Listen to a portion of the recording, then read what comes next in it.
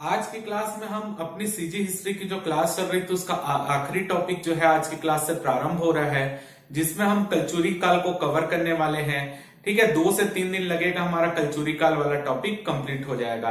तो चलिए, कलचुरी काल में अगर हम देखें तो पूरा डिटेल में जानने से पहले कलचुरी वंश के कुछ अन्य नाम भी हमको मिलते हैं, वो क्या क्या नाम है वो हम देख लेते हैं। तो सबसे पहले अगर हम नाम देखें कलचुरी वंश का, तो कलचुरी यानी पूरे ल की जगह आधा ल हुआ है, कलचूर्य, कलिचूरी, करचधुरी, कलतसूरी, कलचुती, कुलुचूरी, चेदी, है, अही है, डाहल, इतने नाम मिलते हैं कलचुरी वंश के। तो आपको याद रखना है, इस तरीके क्वेश्चन पेपर में बनते रहते हैं आजकल, जिस तरीके का पैटर्न चल रहा है। तो कलचुरी, कलचूर्य, कलिचूरी, करचधुरी, कलतसूरी, कलचुती, कुलचूरी, चेदी, है, अही है और डाहल, इतना नाम मिलता है हमको कलचुरी वंश का। यानी यही जो बाकी ऐसे आप बोल सकते हैं कि है वंश जैसे हम पढ़ते हैं, चेदी वंश पढ़ते हैं, तो सब कलचुरियों के ही नाम है। माना जाता है जो कलचुरी शब्द है वो तुर्क शब्द से बना है, जिसका नंबर जो तुर्क शब्द है कुलचुर, उससे कलचुरी शब्द बना हुआ है, जिसका अर्थ होता है उच्च पद या उच्च कुल। यानी कलचुरी जो वर्ड है वो बना है तुर्क शब्द कुलचुर से, जिसका अर्थ होता है उच्च पद या उच्च कुल। ये भी आपको याद रखना है, कभी पेपर में आ सकता है। अगर हम कलचुरी वंश की उत्पत्ति देखें तो कलचुरी वंश की उत्पत्ति जो है माहिष्मती से माना जाता है। जब मैं आपको मोरध्वज की कथा बताया था आपको जो, तो उसमें मैंने उनके पूरा उत्तराधिकारियों के बारे में बताया था, पूरी वंशावली बताई थी। तो उस वंशावली को बताते हुए मैंने आपको पहले ही बताया था कि जो महिष्मती है उसको बसाया था महिष्मान ने। ठीक है, और महिष्मान के ही आगे चलकर जो वंशज होते हैं वो मोरध्वज होते हैं। तो ये जानकारी हमको महाभारत से मिलती है। तो ये महिष्मती जो है यहीं से कलचुरी वंश की नींव पड़ती है, ऐसा माना जाता है। ठीक है, तो ये अभी जो कल पेपर हुआ उसमें भी ये क्वेश्चन पूछा गया है, असिस्टेंट डायरेक्टर एग्रीकल्चर वाले में, हमने इसको पहले देखा हुआ था। ठीक है, तो यहाँ पर जो कलचुरी वंश की उत्पत्ति है वो महिष्मती से मानी जाती है, और महिष्मती एक जगह है जिसको बसाने वाले थे महिष्मान। ठीक है, यही क्वेश्चन जो सेम क्वेश्चन सीएससीबी का जो पेपर हुआ था उसमें भी पूछा गया था। ठीक है, तो ये महिष्मती से महिष्मान यानी महिष्मान नामक व्यक्ति ने महिष्मती नगरी बसाया था, और महिष्मती से ही कलचुरियों का मुख्य रूप से आप बोल लीजिए कलचुरी वंश का प्रारंभ होता है। ठीक है, तो महिष्मती की पहचान कहाँ की गई है? तो जो इतिहासकारों ने पहचान की है महिष्मती की, वो है ओंकार मानधाता, यानी जो ओंकारेश्वर है मध्य प्रदेश का, वही प्राचीन काल में महिष्मती के नाम से जाना जाता था, ऐसा इतिहासकार मानते हैं। क्योंकि अभिलेखों से हमको ये प्रमाण मिलता है कि महिष्मती जो है नर्मदा नदी के आसपास के क्षेत्रों में फैला हुआ था। ठीक है, तो ओंकारेश्वर जो मध्य प्रदेश या महिष्मती जो है ओंकार मानधाता को इतिहासकार मानते हैं। आपको ये याद रखना, ओंकार मानधाता ओंकारेश्वर जो मध्य प्रदेश में उसको माना जाता है। अगर हम देखें महिष्मती के कलचुरी वंश के संस्थापक, तो महिष्मती के कलचुरी वंश के संस्थापक कृष्णराज को माना जाता है, जो कि 550 से 575 ईस्वी के आसपास जो इनका शासन रहा है। तो आपसे अगर पूछा जाए तो महिष्मती के कलचुरी वंश का संस्थापक कृष्णराज को माना जाता है, जिनका शासनकाल 550 से 575 ईस्वी तक रहा है। 7वीं शताब्दी के अंत में, यानी 7वीं शताब्दी का जब एंड हो रहा था, तो अंत में जो है महिष्मती के कलचुरियों की ही एक शाखा जो है वो त्रिपुरी में आकर बसती है। यानी महिष्मती के कलचुरी की एक शाखा टूटती है और वो त्रिपुरी में आकर बसती, तो वहां पर त्रिपुरी के कलचुरी वंश की नींव रखती। त्रिपुरी जबलपुर के आसपास का क्षेत्र एमपी।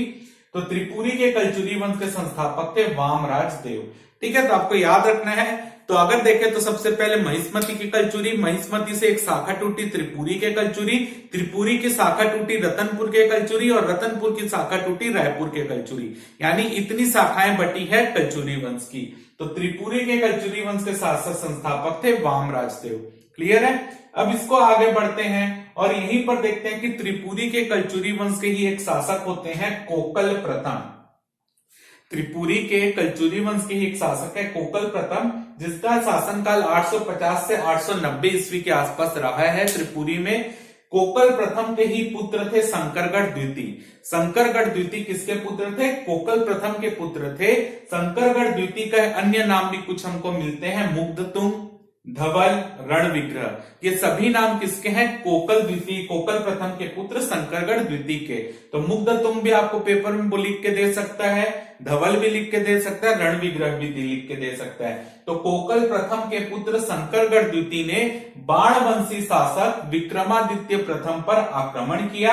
आपको याद रखना है कि इस कोकल प्रथम के काल में जो उनके पुत्र थे शंकरगढ़ द्वितीय, उसने बाणवंशी शासक विक्रमादित्य प्रथम पर आक्रमण किया, यानी कौन से काल के मध्य में? 850 से 890 के कार्यकाल के मध्य में। तो बाणवंशी शासक की जो राजधानी थी उस समय तुम्माड़ राजधानी थी, जो कि कोरबा के क्षेत्र में आता था। बाणवंशी शासक विक्रमादित्य प्रथम पर आक्रमण किया और शंकरगढ़ द्वितीय जो है यहाँ पर जीत जाता है और बाणवंशी शासक विक्रमादित्य प्रथम हार जाते हैं। तो शंकरगढ़ द्वितीय अपना साम्राज्य यहाँ पर स्थापित करते हैं और इसके बाद जो है यहाँ पर खुद नियुक्त ना होकर अपने भाइयों की नियुक्ति करते हैं और खुद वापस चले जाते हैं। क्लियर है? तो कोकल प्रथम के पुत्र शंकरगढ़ द्वितीय का आक्रमण हुआ बाणवंशी शासक विक्रमादित्य प्रथम में और इसमें शंकरगढ़ द्वितीय जीत गए, विक्रमादित्य प्रथम हार गए। और विक्रमादित्य प्रथम जब हार जाते हैं तो यहाँ पर शंकरगढ़ द्वितीय जो है खुद नियुक्त ना होकर अपने भाइयों की नियुक्ति करते हैं और स्वयं वापस चले जाते हैं। तो आपको याद रखना है बाणवंशी शासक जो पाली के क्षेत्र में था, यानी आप बोल लीजिए पाली के क्षेत्र में उन्होंने अपना साम्राज्य स्थापित कर लिया था कलचुरियों ने, और इनकी राजधानी जो थी वो तुम्माड़ ही थी। क्लियर है?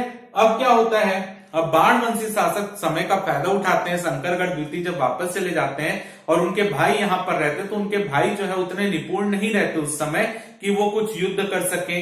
तो यहाँ पर विक्रमादित्य प्रथम फायदा उठाते हैं और विक्रमादित्य प्रथम आक्रमण कर देते हैं यहाँ पर कलचुरी वंश के शासकों के ऊपर, और वहां पे जो शंकरगढ़ द्वितीय के भाई रहते हैं वो हार जाते हैं और बाणवंशी शासक विक्रमादित्य प्रथम फिर से अपनी सत्ता स्थापित कर लेते हैं, यानी कलचुरी यहाँ पे दोबारा में हार जाते हैं और वो वापस चले जाते हैं। अब जो बाणवंशी शासक विक्रमादित्य प्रथम है उनके ऊपर आक्रमण करते हैं नलवंशी शासक, लेकिन कौन से नलवंशी शासक ने आक्रमण किया ये जानकारी हमको उपलब्ध नहीं है किसी भी इतिहासकारों में।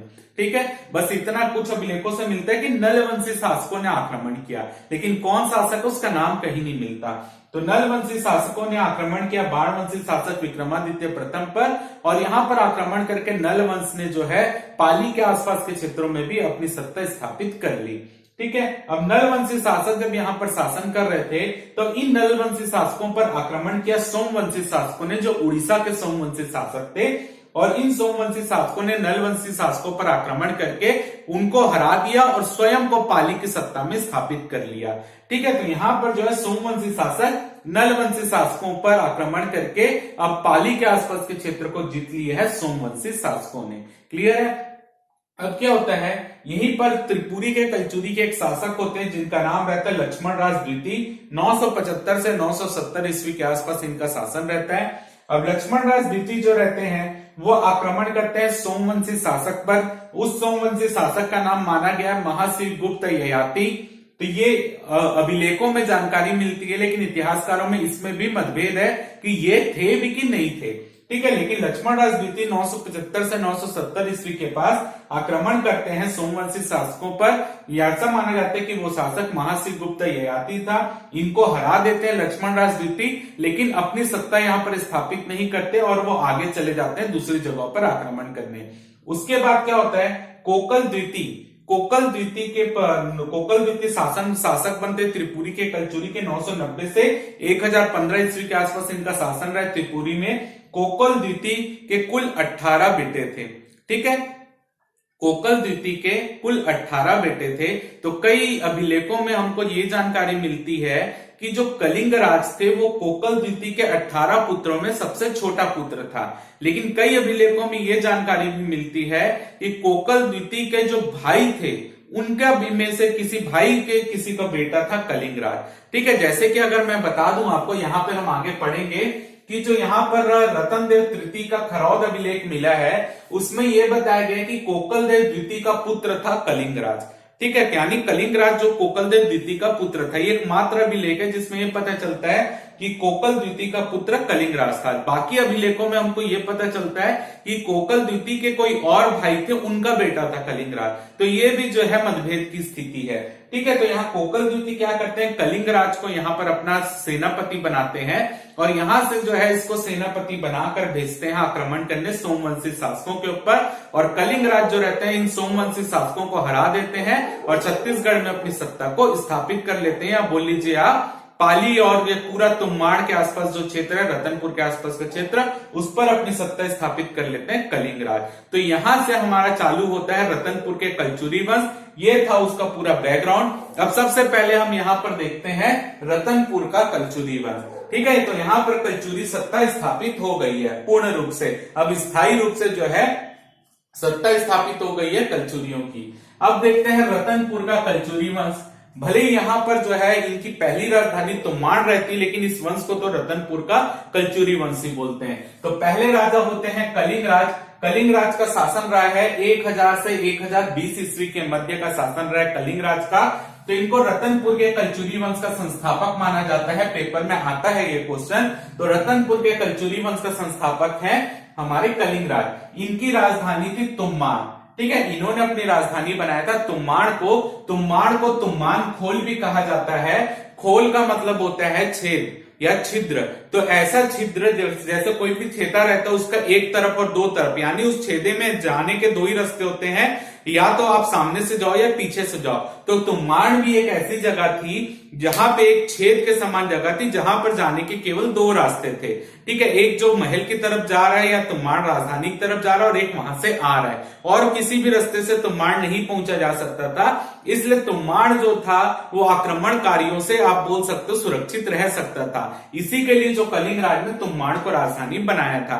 तो इसी तरीके से रतनपुर के आसपास के क्षेत्रों में भी बहुत सारे खोल मिलते हैं, ठीक है। तुम्बाड़ खोल, भैरम खोल, वरा खोल, ये सब जो है यही इसी आसपास के क्षेत्र में फैला हुआ है, रतनपुर के आसपास के क्षेत्रों में। लेकिन जो तुम्बाड़ खोल मुख्य रूप से था ये कोरबा के आसपास के क्षेत्र में था, लेकिन इसका जो क्षेत्र था वो बड़ा था, तो कुछ हिस्सा रतनपुर के क्षेत्र में भी आता था।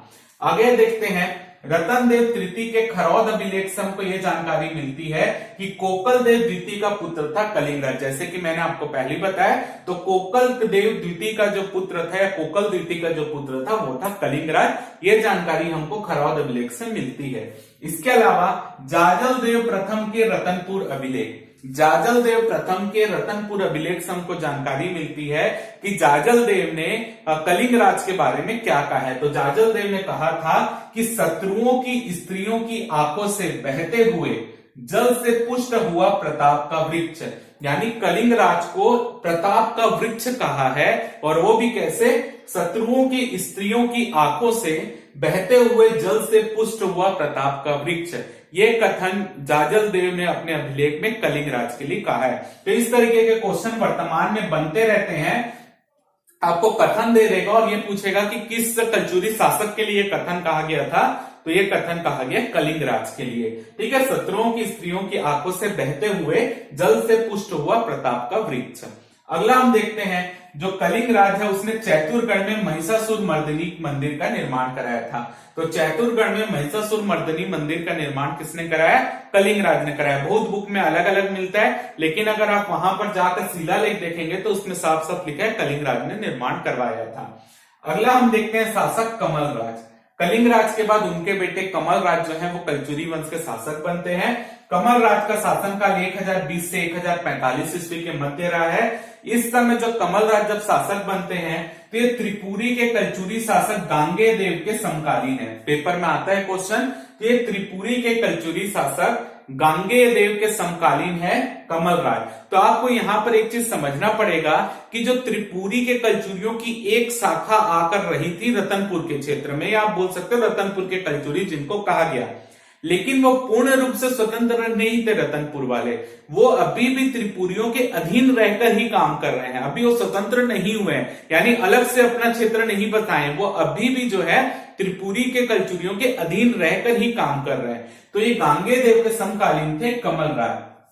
अब जो है यहाँ पर कमल राज और गांगे देव दोनों समकालीन थे, यहां तक स्पष्ट है। अब यहाँ पर जो है गांगेय जो है इस समय प्लान बनाते हैं उड़ीसा में आक्रमण करने का, यानी उत्कल में आक्रमण करने का।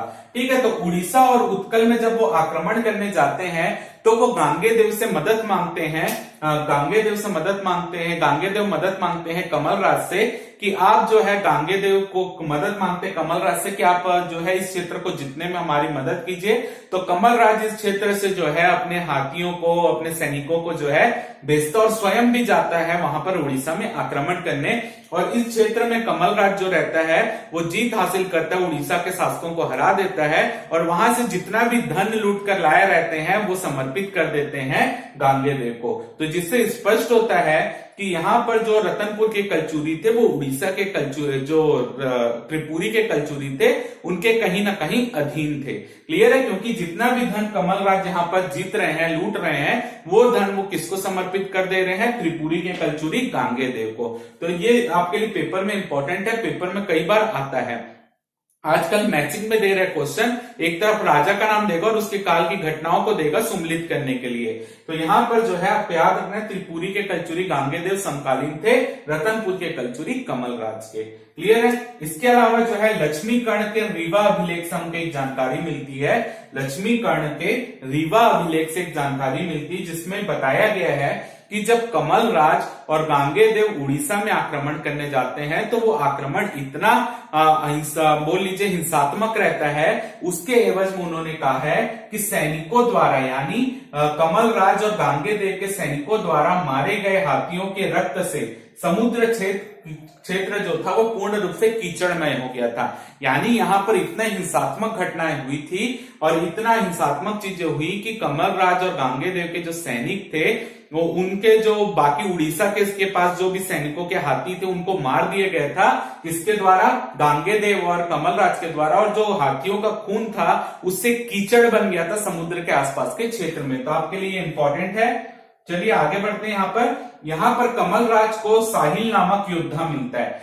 उत्कल के क्षेत्र में जब आक्रमण करने जाते कमलराज तो उनको साहिल नामक एक योद्धा मिलता है जिसको लेकर वो अपने तुम्माड़ में आ जाते हैं। और ये साहिल के जो वंशज है वो कलचुरियों को कई क्षेत्र जीतने में मदद करते हैं आगे। क्लियर है। तो इतनी जानकारी हमको मिली है कमलराज से।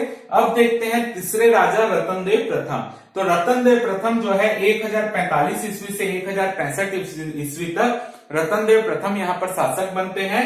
अभिलेखों में रतनदेव का नाम रत्नराज मिलता है। तो रत्नदेव का नाम जो है अभिलेखों में रत्नराज मिलता है। ये कमलराज के जो है बेटे रहते हैं। इनका विवाह, रतनदेव का जो विवाह रहता है कोमो मंडल यानी अमरकंटक पेंड्रा वाला जो क्षेत्र है वहां के शासक वज्जू या वैजू वर्मन की पुत्री नोनल्ला से होता है। आपके लिए इंपॉर्टेंट है, पेपर में आता है ये क्वेश्चन। तो आपको याद रखना है रतनदेव प्रथम का विवाह जो है कोमो मंडल या अमरकंटक क्षेत्र बोल सकते हैं या पेंड्रा का क्षेत्र बोल सकते हैं, वहां के राजा वज्जू या वैजू वर्मन की जो पुत्री रहती है नोनल्ला, उनसे विवाह होता है रतनदेव प्रथम का। तो जैसे कि यहाँ पर इनके विवाह से जो है इनके साम्राज्य विस्तार के क्षेत्र खुल जाते हैं। क्योंकि जब वैजू वर्मन की मृत्यु होती है तो वैजू वर्मन का जो पूरा साम्राज्य रहता है अमरकंटक वाला क्षेत्र वो भी मिल जाता है रतनदेव प्रथम को। क्लियर है। तो ये कहीं ना कहीं साम्राज्य विस्तार करने के लिए ये विवाह किया गया है, ऐसा माना जाता है। क्लियर है। अगला देखते हैं, रतनदेव प्रथम ने अपनी राजधानी परिवर्तन की थी तुम्माड़ से रतनपुर। तो तुम्माड़ से रतनपुर राजधानी परिवर्तन किसने किया था? रतनदेव प्रथम ने 1050 ईस्वी में। अब देखिए यहाँ पर जो पेपर में क्वेश्चन बनता है कि निम्न में से कौन से शासक ने तुम्माड़ में शासन किया? तो तुम्माड़ में शासन करने वाले कौन कौन से शासक हो गए? कलिंगराज, कमलराज और रतनदेव प्रथम। देखिए रतनदेव प्रथम 1045 में शासक बन रहा है लेकिन राजधानी परिवर्तन कब हो रहा है? 1050 में हो रहा है। तो इससे स्पष्ट होता है कि 5 साल तो रतनदेव प्रथम ने भी तुम्माड़ में शासन किया। तो ऐसे क्वेश्चन को बनाने के लिए आप ऑप्शन में डिपेंड है। ऑप्शन मान लीजिए ऐसा देता है, मान लीजिए पहले नंबर पे देता है कलिंगराज, दूसरे में देता है कमलराज, तीसरे में रतनदेव प्रथम और चौथे में दे दिए है पृथ्वीदेव प्रथम मान लीजिए। और ऑप्शन दिए है 1 2 सही है, 2 3 सही है, 3 4 सही है, इस तरीके का ऑप्शन दिया। यानी एक ऑप्शन में 2 2 क्षेत्र दिए हैं। जैसे 1 2 बोले तो कलिंगराज कमलराज, ठीक है, 2-3 बोले तो कमलराज रतनदेव प्रथम, इस तरीके का ऑप्शन दिया है। तो आपका आंसर वहां पर आपको लेना होगा कलिंग राज और कमलराज। यानी ऑप्शन में अगर दो दो का ग्रुप बनाकर दे रहा है तब आंसर होगा कलिंग राज और कमलराज। अगर 3 का युग्म आपके आंसर में उपलब्ध है, यानी कलिंग राज, कमलराज और रतनदेव प्रथम का ग्रुप जो है आपके आंसर में उपलब्ध है किसी भी ऑप्शन में, तो आपको वो लेना पड़ेगा। अगर दो दो का युग्म दे रहे हैं तो कलिंग राज और कमलराज को लेंगे। क्लियर है? अब इनके राजधानी परिवर्तन के विषय में भी कुछ देख लेते हैं, क्षेत्र को, कुछ इतिहास के बारे में। बाबू रेवाराम ने रतनपुर को मणिपुर नाम से संबोधित किया है। यानी बाबू रेवाराम की आप तारीखें है वंशी पढ़ेंगे तो उसमें जो है उन्होंने रतनपुर को मणिपुर के नाम से संबोधित किया है। वैसे ही राय बहादुर हीरालाल जिनकी बुक है मध्य प्रदेश का इतिहास, पेपर में वर्तमान में पूछा हुआ भी क्वेश्चन है। राय बहादुर हीरालाल की बुक का नाम है मध्य प्रदेश का इतिहास। उसमें उन्होंने रतनपुर को चतुर्युगी नगरी का है या चतुर्युगी पुरी का है। तो ऐसा माना जाता है कि इतिहास मतलब जो हमारा प्राचीन काल रहा है, चारों युगों में जो है रतनपुर मौजूद है। तो यहां पर सतयुग में जो था, सतयुग में रतनपुर का नाम था मणिपुर, त्रेता युग में रतनपुर का नाम हो गया माणिकपुर, द्वापर युग में रतनपुर का नाम हो गया हीरापुर और कलयुग में रतनपुर का नाम हो गया कलयुग। यानी इसको चारों युगों में मौजूद क्षेत्र माना गया है, इसलिए इसको चतुर्युगी पुरी या चतुर्युगी नगरी कहते हैं। ये जानकारी हमको राय बहादुर हीरालाल की बुक मध्य प्रदेश के इतिहास से मिलती है। तो अभी वर्तमान में पूछा भी गया था कि मध्य प्रदेश के इतिहास नामक बुक किसकी है। क्लियर है? तो यहां पर जो है महाभारत के अनुसार, अब ये देखिए 4 युग में मौजूद तो बोल रहे हैं, लेकिन इसके प्रमाण हमको कहीं भी नहीं मिले कि 4 युग में ये मौजूद थी, केवल बोला जाता है। क्लियर है? इसके अलावा महाभारत के अनुसार मयूर ध्वज का शासन भी रतनपुर के आसपास के क्षेत्र में रहा है। महाभारत के अनुसार मयूर ध्वज का शासन यानी मोर ध्वज का शासन भी रतनपुर के आसपास के क्षेत्र में रहा है। इसको मैंने पहले डिटेल में कवर किया हुआ है इसको, कि आरंग और रतनपुर वाले क्षेत्र में कैसे इनका शासन था और उनकी क्या दंत कथाएं थी वो भी हमने देखा हुआ है। अब यहाँ पर जो है जो मुख्य रूप से यहाँ पर रतनदेव प्रथम रहते हैं, वो अपने क्षेत्र को इतना समृद्ध कर देते हैं कि इस क्षेत्र को कुबेरपुर कहा जाने लगता है। यानी रतनपुर को उस समय कुबेरपुर की संज्ञा दी जाती थी। ठीक है, अब यहाँ पर क्या होता है, जब राजधानी परिवर्तन होता है तो यहाँ पर मुख्य रूप से राजधानी परिवर्तन करने का जो कारण देखें तो उसमें कई सारी दंत कथाएं प्रचलित हैं। जैसे माना जाता है कि एक बार जो तुम्माड़ से रतनदेव प्रथम जो रहते हैं वो शिकार करने गए रहते हैं, तो शिकार के दौरान वो रात को एक वट वृक्ष के नीचे विश्राम करते रहते हैं। वो क्षेत्र रतनपुर का ही क्षेत्र रहता है। तो वो जो है वहां पर विश्राम करते रहते हैं। तो उस क्षेत्र में जब वो विश्राम करते उनकी नींद लग जाती है, तो अचानक से जब उनकी नींद खुलती है तो वहां पर उनको एक ज्योति टाइप का दिखाई देता है, प्रकाश दिखाई देता है। वो उसको देखकर बेहोश हो जाते हैं और उनको फिर स्वप्न आता है कि वहां पर महामाया देवी का एक मूर्ति है या मंदिर है। तब वो अपने क्षेत्र में तुम्माड़ में वापस आते हैं और वहां पे वो निर्णय लेते हैं कि वो अपने क्षेत्र को, अपनी राजधानी को तुम्माड़ से उस क्षेत्र में ले जाएंगे। उस क्षेत्र को उस समय मणिपुर कहा जाता था, लेकिन उस क्षेत्र का नाम बदलकर अपने नाम पर रतनदेव प्रथम रतनपुर रख देते हैं। ठीक है, और वहां पर अपनी राजधानी तुम्माड़ से रतनपुर ट्रांसफर कर देते हैं, ऐसा इतिहासकार मानते हैं। और वो वट वृक्ष वाला जो क्षेत्र है वहीं पर आगे चलकर जो है रतनदेव प्रथम के द्वारा महामाया मंदिर का निर्माण कराया जाता है। तो रतनपुर के महामाया मंदिर का निर्माण भी किसने कराया है? रतनदेव प्रथम ने कराया है। और महामाया मंदिर को कौमारी पीठ के नाम से भी जाना जाता है। क्लियर है? इसके अलावा जो है रतनदेव ने रतनपुर में तालाबों का निर्माण कराया और इतने सारे तालाबों का निर्माण कराया कि इसको तालाबों की नगरी भी कहा जाने लगा। तो तालाबों का निर्माण रतनपुर में करवाया रतनदेव प्रथम ने। अब जो यहाँ पर मैंने साहिल नामक योद्धा बताया था, जो उत्कल के युद्ध में यहाँ पर मिलता है कमलराज को, तो यहाँ पे जो साहिल नामक योद्धा थे उसके 3 बेटे थे। एक था भागिल, एक था देसल और तीसरे का नाम था स्वामीन। ठीक है, भागिल, देसल और स्वामीन, इन्होंने रतनदेव प्रथम को भट्टवील और बिहरा क्षेत्र को जीतने में मदद की थी। रतनदेव प्रथम को भट्टवील और बिहरा क्षेत्र जीतने में मदद की थी भागिल, देसल और स्वामीन ने। लेकिन ये क्षेत्र वर्तमान में कहाँ है, इसका अभी तक इतिहासकारों को पता नहीं चल पाया है। इसके अलावा जब इन्होंने ये पूरे क्षेत्र को जीत लिया, रतनपुर काफी बड़ा क्षेत्र हो गया और उनकी समृद्धि बढ़ने लगी, तब जो रतनदेव प्रथम ने महाराज की उपाधि धारण की। तो महाराज की उपाधि धारण करने वाले पहले कलचुरी शासक थे रतनदेव प्रथम। क्लियर है। इसके अलावा रतन देव प्रथम ने यश नामक वैश्य को नगर सेठ का पद दिया था। यश नामक वैश्य को नगर सेठ या नगर श्रेष्ठी का पद प्रदान किया था किसने? रतन देव प्रथम ने। इसके अलावा रतन देव प्रथम ने तुम्बाड़ में बंकेश्वर मंदिर या बंकेश्वर देवालय और रत्नेश्वर मंदिर का निर्माण कराया था, या रत्नेश्वर देवालय पेपर में आता है। याद रखना, यहाँ पे हमारी गलती हो सकती है कि रतन देव प्रथम, क्योंकि रतनपुर बसा रहे तो हम सोच सकते हैं कि ये मंदिर रतनपुर में है, लेकिन वो मंदिर तुम्बाड़ में, क्योंकि वो अपने पूर्वजों की जो बसाई हुई क्षेत्र था उसको भी समृद्ध बनाना चाह रहे थे। तो इसी के लिए तुम्बाड़ में बंकेश्वर मंदिर और रत्नेश्वर मंदिर का निर्माण कराया रतन देव प्रथम ने, जो कि एक देवालय था, यानी एक शिव मंदिर है वो। ठीक है। इसके अलावा इसने जो रतन देव ने उद्यानों का भी निर्माण करवाया, रतनपुर के क्षेत्र में बगीचों का निर्माण कराया। यहाँ पर जो है जाजल देव प्रथम का हमको रतनपुर अभिलेख मिलता है। जाजल देव प्रथम के रतनपुर अभिलेख में जो है उससे अमलानंद घोष नामक इतिहासकार है, पुरातत्वविद है, उन्होंने ये प्रयास किया है समझाने का कि इस अभिलेख के आधार पर कि जो राजेंद्र चोल था, चोल शासक, उसके साथ युद्ध करते हुए रतन देव प्रथम की मृत्यु हो गई थी। यानी रतन देव प्रथम की मृत्यु राजेंद्र चोल के साथ युद्ध करते हुए हुई थी, ऐसा अमलानंद घोष ने प्रयास किया बताने का जाजल देव प्रथम के रतनपुर अभिलेख से। तो यहां तक हमारा पार्ट कंप्लीट हुआ है रतन देव प्रथम का। अब आप इसका स्क्रीनशॉट लीजिए, फिर हम आगे बढ़ेंगे और उसके बाद अन्य शासकों के बारे में जो इसके बाद रहे हैं उसको डिटेल में कवर करते हैं।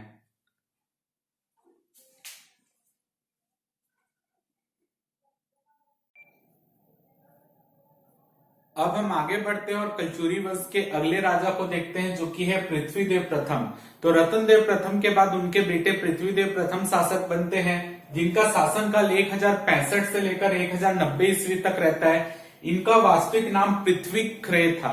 ठीक है, पृथ्वीख्रे इनका वास्तविक नाम था, लेकिन कई कई अभिलेख में इनका नाम पृथ्वीराज भी मिलता है। तो पृथ्वीराज प्रथम या पृथ्वीदेव प्रथम भी इनको कहा जाता था। इनके तीन ताम्रपत्र महत्वपूर्ण है, रायपुर ताम्रपत्र, अमोदा ताम्रपत्र और भाटापारा ताम्रपत्र। तो देखिए, इनके ताम्रपत्र रायपुर से प्राप्त हो रहे हैं, अमोदा से प्राप्त हो रहे हैं, भाटापारा से प्राप्त हो रहे हैं। यानी आप ये समझ सकते हैं कि इस समय जो रतनपुर के कलचुरी थे, उनका शासन रायपुर के आसपास के क्षेत्र में भी फैल चुका था। रायपुर और अमोदा ताम्रपत्र में जो है पृथ्वीदेव प्रथम ने अपने आप को महामंडलेश्वर कहा है। रायपुर और अमोदा ताम्रपत्र में पृथ्वीदेव ने अपने आप को महामंडलेश्वर कहा है, यानी महामंडलेश्वर यानी किसी मंडल का स्वामी। तो मंडल का स्वामी आप यानी इससे समझ सकते हैं कि ये त्रिपुरी के कहीं ना कहीं ये भी अधीन थे, क्योंकि छत्तीसगढ़ जो था, छत्तीसगढ़ और रतनपुर का क्षेत्र त्रिपुरी के अधीन था। तो इनकी उपाधि में महामंडलेश्वर लिखा है, यानी ये उनके भी, अब ये पृथ्वीदेव प्रथम वर्तमान में भी उनके अधीन ही थे उस समय, तत्कालिक समय में। ठीक है। रायपुर ताम्रपत्र और अमोदा ताम्रपत्र में इन्होंने अपनी कुछ और उपाधि भी दी है। रायपुर ताम्रपत्र में इन्होंने अपने आप को सकल कोसलाधिपति कहा है, यानी महामंडलेश्वर के साथ साथ रायपुर ताम्रपत्र में सकल कोसलाधिपति कहा है, यानी सकल कोसलाधिपति यानी संपूर्ण कौशल का शासक। ठीक है, शासक उड़ीसा के कुछ क्षेत्रों का भी शासक। अमोदा ताम्रपत्र में इन्होंने अपने आप को प्रचंड सकल कोसलाधिपति कहा है, प्रचंड सकल कोसलाधिपति। रायपुर में सकल कोसलाधिपति, अमोदा में प्रचंड सकल कोसलाधिपति का है। क्लियर है। तो यानी ये कौशल और उड़ीसा के कुछ क्षेत्रों के शासक थे। इसके अलावा ताम्रपत्रों में इन्होंने अपने आप को समाधि गताशेष पंच महाशब्द भी कहा है। पंच महाशब्द क्या, हमने पिछली क्लास में देख लिया था, 5 पद होते हैं, उनकी योग्यता जो रखता है वो पंच महाशब्द की उपाधि धारण करता है। तो समाधिगत से पंच महाशब्द की उपाधि पृथ्वीदेव प्रथम ने भी धारण की थी। इसके अलावा जो पृथ्वीदेव प्रथम का आपने अभी तक पढ़ा था, स्वामीन जो थे वो आपने पढ़ा था कि साहिल के वंशज थे स्वामीन। तो स्वामीन के ही 2 बेटे होते हैं, जयदेव और देवी सिंह। तो जयदेव और देवी सिंह दोनों ही सामंत थे पृथ्वीदेव प्रथम के।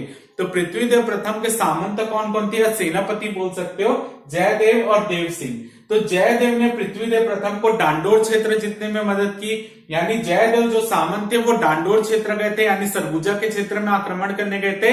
तो सरगुजा को कलचुरी वंश में शामिल करने वाले कौन थे, जयदेव सामंत थे, जो कि किसके सामंत थे, पृथ्वीदेव प्रथम के। वैसे ही देवी सिंह जो थे वो कोमोमंडल को जीतने में मदद किए थे। जैसे हमने पढ़ा था रतन देव प्रथम का विवाह नोनल्ला से हुआ था। वो नोनल्ला कौन थी? वैजुवर्मन की पुत्री थी, और वैजुवर्मन की मृत्यु के बाद वो क्षेत्र रतन देव प्रथम के अधीन हो गया था। लेकिन जब रतन देव प्रथम की मृत्यु होती है तो जो वैजुवर्मन के वंशज रहते हैं वो उस क्षेत्र को हड़प लेते हैं। तो पृथ्वीदेव प्रथम कोमोमंडल के क्षेत्र को पुनः पाने के लिए यहाँ पर अपने सामंत देवी सिंह को भेजते हैं, और देवी सिंह वहां पर कोमोमंडल पर आक्रमण करते हैं और उस क्षेत्र को फिर से जीत लेते हैं। तो यहाँ पर आपको याद रखना है, जयदेव ने डांडोर क्षेत्र सरगुजा जीतने में मदद की थी पृथ्वीदेव प्रथम को, और देवी सिंह जो थे वो कोमोमंडल के क्षेत्र को जीतने में मदद किए थे। क्लियर है? इसके अलावा जो है पृथ्वीदेव प्रथम ने तुम्बाड़ के बंकेश्वर मंदिर में चतुष्किका निर्माण कराया था। चतुष्किका का मतलब होता है 4 खंभों वाला मंडप। तो तुम्बाड़ के बंकेश्वर मंदिर में चतुष्किका का निर्माण या 4 खंभों वाले मंडप का निर्माण किसने कराया था? पृथ्वीदेव प्रथम ने। इसके अलावा तुम्बाड़ में पृथ्वी देवेश्वर मंदिर का निर्माण भी किसने कराया था? पृथ्वीदेव प्रथम ने। तो पृथ्वीदेव प्रथम ने तो पृथ्वी देवेश्वर मंदिर का निर्माण करवाया तुम्बाड़ में, जो कि एक शिव मंदिर है। इसके अलावा रतनपुर में विशाल सरोवर का निर्माण कराया पृथ्वीदेव प्रथम ने, रतनपुर में विशाल सरोवर। इसके अलावा चैतुरगढ़ किले का निर्माण भी करवाया था पृथ्वीदेव प्रथम ने। कई बुक में चैतुरगढ़ किले में नाम अलग अलग मिलता है, लेकिन एक्चुअल अगर आप वहां पे जाएंगे घूमने के लिए तो वहां पर बोर्ड में लिखा हुआ है, तो पृथ्वीदेव प्रथम ने चैतुरगढ़ किले का निर्माण करवाया था। इसके अलावा जो है छिंदक नागवंशी शासक सोमेश्वर देव प्रथम ने जो है आक्रमण किया था पृथ्वीदेव प्रथम के ऊपर, और पृथ्वीदेव प्रथम हार गए थे उस आक्रमण में, और इस क्षेत्र के 6,96,000 ग्राम जो है वो सोमेश्वर देव ने अपने क्षेत्र में मिला लिए थे। हमने कल की क्लास में भी देखा था। इसके अलावा जो है पृथ्वीदेव प्रथम की रानी का नाम था राजल्ला, और इनके मंत्री का नाम था विग्रहराज और सोणदेव। ये जानकारी हमको इनके अभिलेखों से मिलती है। तो पृथ्वीदेव प्रथम की रानी राजल्ला और मंत्री थे विग्रहराज और सोणदेव। ये जानकारी हमको पृथ्वीदेव प्रथम के अभिलेख से मिलती है। अगले शासक की ओर बढ़ते हैं। यहाँ पर अगले शासक है जाजल देव प्रथम। तो जाजल देव प्रथम जो है 1090 से 1120 ईस्वी तक यहाँ के शासक रहते हैं। सबसे पराक्रमी शासक है ये कलचुरी वंश के, ऐसे माना जाता है। इनके रतनपुर अभिलेख से हमको जानकारी मिलती कि इन्होंने कुछ क्षेत्रों को जीता था। तो वो क्षेत्र कौन कौन से थे? दक्षिण कौशल का क्षेत्र, आंध्र का क्षेत्र, खिमड़ी का क्षेत्र, खिमड़ी जो कि गोदावरी और कृष्णा नदी के बीच का क्षेत्र था, वैरागर का क्षेत्र जो कि महाराष्ट्र में है, लंजिका का क्षेत्र जो कि एमपी में पड़ता है, भाड़ार का क्षेत्र यानी भंडारा का क्षेत्र, तलहारी क्षेत्र, तलहारी क्षेत्र किसको बोलते हैं? रायपुर बिलासपुर के मध्य का क्षेत्र, दंडकपुर का क्षेत्र, नंदावली का क्षेत्र और कुक्कुट का क्षेत्र। तो ये नंदावली और कुक्कुट का है, ये अभी तक इसकी जानकारी हमको नहीं लग पाई है। तो ये जो है कुछ क्षेत्र जो है रतनपुर अभिलेख से जानकारी मिलती है कि जाजल देव प्रथम ने इतने क्षेत्रों को जीता था। आजकल क्षेत्रों के ऊपर क्वेश्चन आ रहा था, आपको याद रखना दक्षिण कौशल, आंध्र, खिमड़ी, वैरागर, लंजिका, भाड़ार, तलहारी, दंडकपुर, नंदावली और कुक्कुट, इतने क्षेत्र जीते थे जाजल देव प्रथम ने। और इन सभी क्षेत्रों को जीतने में के लिए जो है जाजल देव का सेनापति था जगपाल, जिसको जगतपाल के नाम से भी जाना जाता था। तो जगपाल किसके सेनापति थे? जाजल देव प्रथम के। और ये आगे चलकर जो है जाजल देव प्रथम के बाद तो जो है पृथ्वीदेव, रतन देव द्वितीय, पृथ्वीदेव द्वितीय, इनके भी सेनापति रहे हैं ये। ठीक है, तो सेनापति थे जगपाल या जगतपाल, जो कि साहिल्य के ही वंशज थे। इसके अलावा जाजल देव ने छिंदक नागवंशी शासक सोमेश्वर देव को हराया था। हमने कल की क्लास में पढ़ा था, सोमेश्वर देव पर आक्रमण करते हैं, उनकी रानी, उनके मंत्री, सबको ये कैद कर लेते हैं, फिर सोमेश्वर देव की माता गुंड महादेवी के कहने पर उनको छोड़ देते हैं। तो ये हमने कल में डिटेल में पढ़ा हुआ था, आपको बस यहाँ पर यह याद रखना है कि छिंदक नागवंशी शासक सोमेश्वर देव को हराया था किसने? जाजल देव प्रथम ने। इसके अलावा जाजल देव प्रथम ने स्वर्णपुर यानी सोनपुर उड़ीसा के क्षेत्र के शासक भुजबल को हराया था। तो यहाँ पर इंपॉर्टेंट है, स्वर्णपुर के शासक भुजबल को हराया था जाजल देव प्रथम ने, क्योंकि भुजबल क्या थे? उड़ीसा के आसपास के क्षेत्र में जो अन्य आसपास के क्षेत्र थे सबको भड़का रहे थे कि वो जाजल देव पर आक्रमण करे। तो इसी के लिए भुजबल पर आक्रमण करके जाजल देव ने उसको हरा दिया और उनको उस क्षेत्र की गद्दी से उतरवा दिया। क्लियर है? इसके अलावा जो है जगपाल ने, जो सेनापति जगपाल ने रायगढ़ व बिलासपुर के जंगली क्षेत्र को जीतने में भी जाजल देव प्रथम की मदद की थी। तो रायगढ़ व बिलासपुर के जंगली क्षेत्र को जीतने में जगपाल या जगतपाल ने किसकी मदद की थी? जाजल देव प्रथम की। इसके अलावा जाजल देव ने अपने नाम पर जाजलपुर नामक नगर बसाया। जाजल देव ने अपने नाम पर जाजलपुर नामक नगर बसाया, जिसे वर्तमान में जांजगीर के नाम से जाना जाता है। इसके अलावा जाजलपुर में जाजल देव ने तपस्वियों के लिए रहने के लिए मठ, यानी तपस्वी जहां पे रहते हैं वो मठ का निर्माण करवाया, उद्यान का निर्माण कराया, आम्र वनों का निर्माण कराया और सरोवर का निर्माण कराया। यानी जाजलपुर में उसने तपस्वियों के लिए मठ, उद्यान, आम्र वन व सरोवर का निर्माण कराया जाजल देव प्रथम ने। इसके अलावा जाजलपुर में विष्णु मंदिर का निर्माण करवाया। जाजल देव ने जाजलपुर में विष्णु मंदिर यानी जांजगीर में विष्णु मंदिर का निर्माण कराया। इंपॉर्टेंट क्वेश्चन है, पेपर में आता रहता है। इसके अलावा जाजल देव प्रथम ने त्रिपुरी के कलचुरियों से स्वतंत्र सत्ता स्थापित करने का प्रयास किया और स्वतंत्र सत्ता स्थापित करने का संदेश देने के लिए उन्होंने क्या किया, अपने नाम के सिक्के जारी कर दिए। यानी यहाँ पर पूर्ण रूप से स्वतंत्र नहीं हो रहे हैं, लेकिन कहीं पर यह प्रयास किया जा रहा है उनको संदेश देने का कि वो स्वतंत्र हैं। तो यहाँ पर जो है त्रिपुरी के कलचुरियों से स्वतंत्र सत्ता स्थापित करने का प्रयास हुआ और सोने व तांबे के सिक्के जारी किए, क्योंकि सिक्के जारी करने का अधिकार तो मुख्य राजा को होता है, तो वो मुख्य राजा त्रिपुरी के थे, लेकिन इन्होंने अपने नाम पे सिक्के जारी किए। तो ये संदेश दे रहे थे कि मैं स्वतंत्र हूं त्रिपुरी के कलचुरियों से। तो यहाँ सोने के सिक्के जारी किए, जिसमें सोने के सिक्के में एक तरफ लिखा है श्री मज्जा जाजल देव और दूसरे तरफ लिखा है, दूसरे तरफ गज शार्दुल का चिन्ह बना था। गज शार्दुल का चिन्ह बना था सिक्के में। गज शार्दुल का चिन्ह जो था मुख्य रूप से जो उड़ीसा में भुजबल को हरा के आए थे उसके एवज में यहाँ पर गज शार्दुल का चिन्ह बना हुआ था। ठीक है, और सोने के सिक्के के एक तरफ श्री मज्जा जाजल देव लिखा और दूसरी तरफ गज शार्दुल का चिन्ह था। इसके अलावा तांबे के सिक्के भी इन्होंने जो जारी किए थे, तांबे के सिक्कों में इन्होंने हनुमान जी की आकृति को बनवाया था। जो और हनुमान जी की आकृति सिक्कों में किस वंश के रहती थी, चंदेल वंश के। तो उसी को फॉलो करते हुए क्या किया, जाजल देव ने भी तांबे के सिक्कों में हनुमान जी की आकृति बनवाई। इसके अलावा जाजल देव के समय ही मल्हार के आसपास के क्षेत्र में कलचुरियों की सत्ता फैल गई थी। यानी मल्हार का क्षेत्र भी जाजल देव के समय कलचुरियों के अधीन आया था। जाजल देव की पत्नी का नाम था रानी, जो थी उनका नाम था लछल्ला देवी। जाजल देव के राजगुरु का नाम था रुद्रशिव दिगनाग। ठीक है, राजगुरु रुद्रशिव दिगनाग। संधि विग्रह का नाम था विग्रहराज। संधि विग्रह यानी एक प्रकार का विदेश मंत्री आप बोल सकते हो। संधि विग्रह का नाम था विग्रहराज। उनके मंत्री थे पुरुषोत्तम, जो कि सोणदेव के ही पुत्र थे। यहाँ पर हमने पढ़ा था सोणदेव, तो सोणदेव के ही पुत्र थे यहाँ पर पुरुषोत्तम मंत्री थे। यहाँ पर जो है जाजल देव ने पाली के शिव मंदिर का जीर्णोद्धार कराया था। पाली का शिव मंदिर बनवाया कौन था, बाणवंशी शासक विक्रमादित्य प्रथम। तो उस मंदिर का जीर्णोद्धार करवाया था जाजल देव ने, और वहां पर मंदिर की दीवारों पर लिखा हुआ भी मिलता है श्री मज्जा जाजल देवस्य कीर्ति। यानी यहाँ पर मुख्य रूप से जाजल देव के काम के बारे में और इस मंदिर में जो उन्होंने जीर्णोद्धार कराया उसके बारे में यहाँ पर जानकारी मिलती है। तो जाजल देव ने जो मुख्य रूप से यहाँ पे मंदिर था पाली का शिव मंदिर, उसको भी जीर्णोद्धार करवाया था। ठीक है, यहाँ पर ऐसा माना जाता है कि जाजल देव जो है मकर ध्वज नामक जो जोगी है उसके साथ तीर्थ यात्रा में गए, तो उसके बाद वो वहां से वापस नहीं लौटे। ठीक है, तो कई जो है मकर ध्वज यानी मकर को मगरमच्छ मान रहे हैं, कई जो है उसको कोरबा जनजाति का आदमी मान रहे हैं, तो कई लोग जो है इसको एक मान रहे हैं एक व्यक्ति था जिसके साथ जो थे जाजल देव प्रथम गए थे तीर्थ यात्रा में। क्लियर है, ये जानकारी हमको मिलती है श्याम कुमार पांडे की बुक दक्षिण कौशल से। क्लियर है, तो ये इंपॉर्टेंट है। मकर ध्वज जोगी साथ तीर्थ यात्रा में गए थे और वहां से लौटे नहीं। यहाँ पर जाजल देव प्रथम ने कुछ उपाधि भी धारण की थी। पहली उपाधि थी महाराजा धीराज की। जब उन्होंने ये पूरे क्षेत्र को जीता तो महाराजा धीराज की उपाधि धारण की थी, और परमेश्वर की उपाधि भी जाजल देव प्रथम की ही है।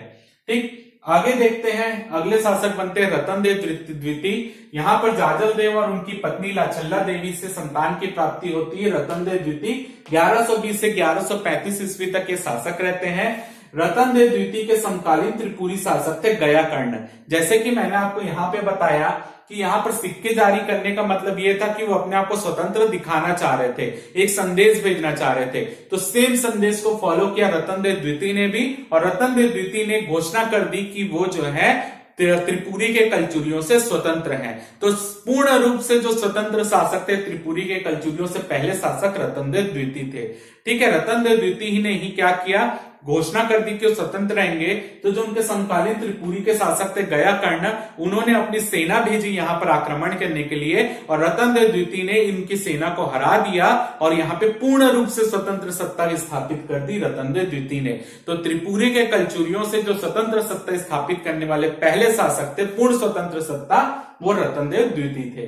क्लियर है। इसके अलावा जो है रतन देव द्वितीय ने गंग वंश के राजा अनंत वर्मन चोंडगंग पर भी आक्रमण किया था।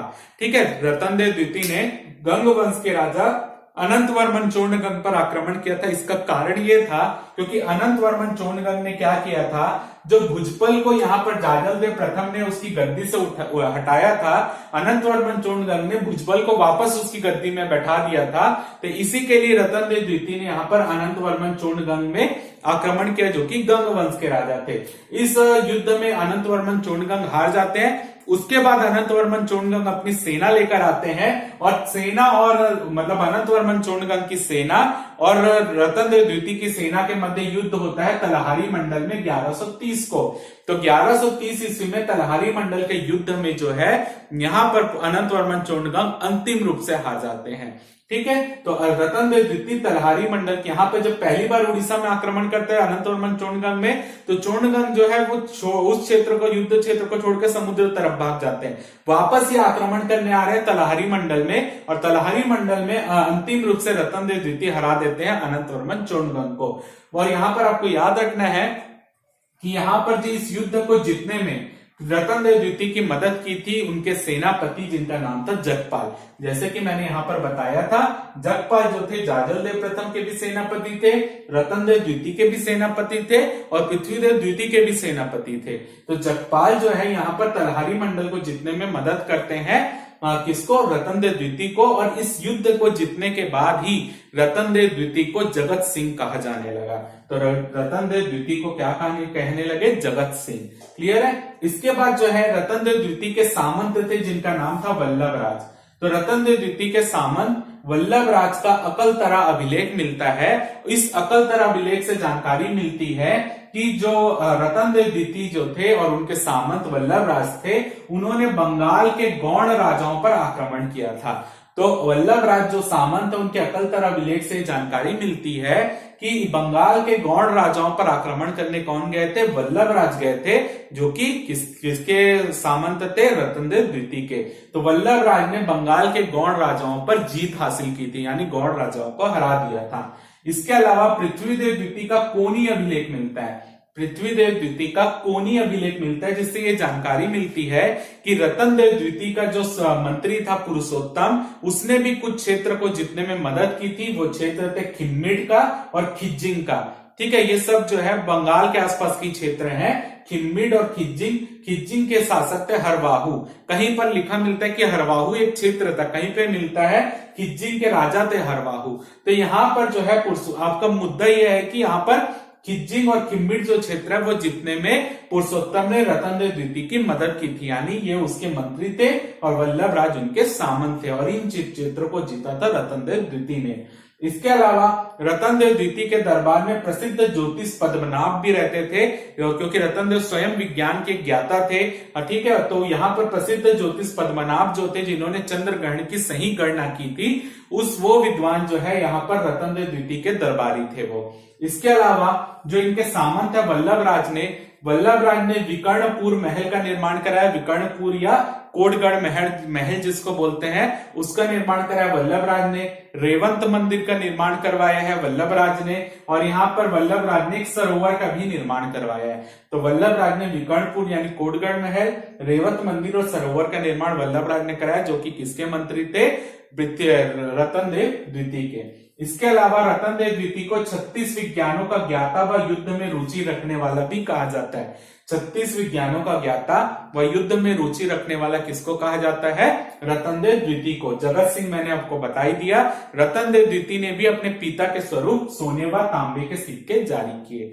क्लियर है। तो कलचुरी वंश में पहली बार सिक्के किसने जारी किए, जाजल देव प्रथम ने। उसके बाद जो है जितने भी शासक आ रहे हैं सब सिक्के जारी कर रहे हैं। क्लियर है? तो आज की क्लास हम यहाँ पर खत्म करते हैं। अगली क्लास में आएंगे तो इस काल कलचुरी काल को आगे बढ़ाएंगे और रतनपुर के कलचुरी वाला पूरा जितना कार्यकाल रहा है पूरा वो खत्म कर देंगे। तो आप इसके स्क्रीनशॉट लीजिए, मिलते हैं हम अगली क्लास में।